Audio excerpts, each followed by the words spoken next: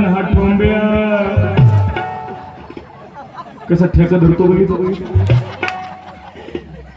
लग्न झाल्यापासून बघते मावशी कधी जीवाला सुख लागलं नाही. तुम्ही म्हणता नुसत्या घरासाठी नवरा सोडतेस का, पण मावशी नुसत्या घरासाठी नवरा सोडायला परवडते होय. पण मला सांगा अंगावर नेसायला चांगली साडी पाहिजे का नाही, पाहिजे का नाही चांगली साडी ही. पण काय सांगायचं, लग्न झाल्यापासून बघते मोडद्याला कधी साडी घेतलेली आठवत नाही. पण तुम्ही म्हणताना आताच 5 साड्या बदलल्यास की, खोटं बोलतीस काय, खोटं म्हणून द्याशा 5च्या 5 साड्या. बरं घ्या 5च्या 5 साड्या आमच्या ह्यांनी मला दिल्या नाही.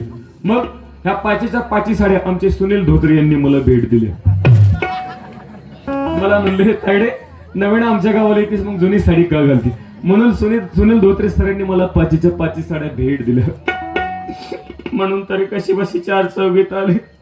नाही तर काय सांगू, लग्न झाल्यापासून घरात गावांवरच बसत होती.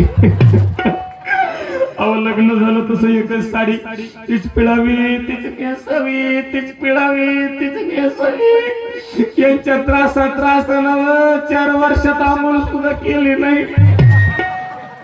पण रोज आंघोळीच्या गोळ्या घेते. मग काय करू, फाटकचं लुगडं ऐका, लुगडं कोणतं फाटक आहे का, हे लुगडं ही साडी फाटकी का नाही. एकनाथ महाराज म्हणतो आजच्या कलियुगामध्ये माणुसकी नावाचं लुगडं फाटले, नातं नावाची चोळी फाटली, तिला शिवण्याकरता प्रेम नावाचा धागा पाहिजे, विश्वास नावाची सोयी पाहिजे. परंतु आज कलियुगामध्ये नात्यामध्ये गोडवा राहिला नाही, प्रेम राहिलं नाही, विश्वास राहिला नाही. म्हणून महाराज म्हणतो असा विकल्प नावाचा नवरा नको. कारण एकदा का विकल्प माणसाच्या मनामध्ये शिरला, विकल्प म्हणजे संशय, विकल्प म्हणजे दुर्गुण.